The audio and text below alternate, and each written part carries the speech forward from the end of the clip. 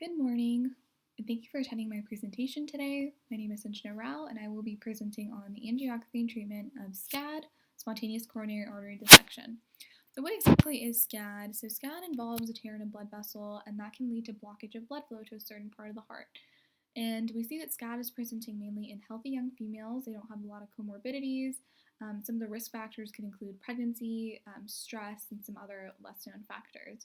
So let's go ahead and look at these two case presentations that we have. So patient 1 is a female who's age 33, presents to the ED with chest pain, shortness of breath, and pain that radiates down both her arms and her legs, and numbness in her fingers bilaterally. She does have a past medical history of asthma and is a regular tobacco user. Her physical exam was unremarkable with high systolic and diastolic blood pressure present. So when we go ahead and look at the angiography imaging for patient 1, we see in the coronary artery angiogram that there is a variation in lumen size, most notable in the mid to distal segment, which is consistent with a spiral dissection. We also see a blush of contrast right next to the kidney, and those are the calyces of the kidney. So left ventriculogram demonstrates severe apical hypokinesis and distal inferior akinesis with normal function that's present in the remaining cardiac walls. So now let's move on to patient 2. So we see that patient 2 is a female who just gave birth to a baby boy. She is age 29 and presents to the ED with very similar symptoms of chest pain, shortness of breath, and she also has pain that radiates down her arms bilaterally and upper back.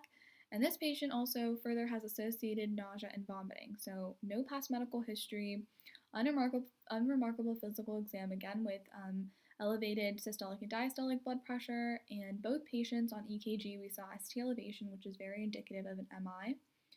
So patient 2's angiography imaging with the coronary artery angiogram, which is the bottom image on the left, we see that the findings are a little more subtle, but we do see indications of an intimal flat after the large septal branch, which we consider that to be a case of type 3 tubular type SCAD.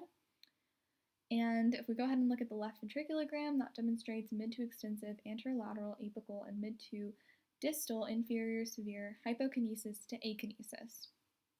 So what are some of our key takeaways from this presentation?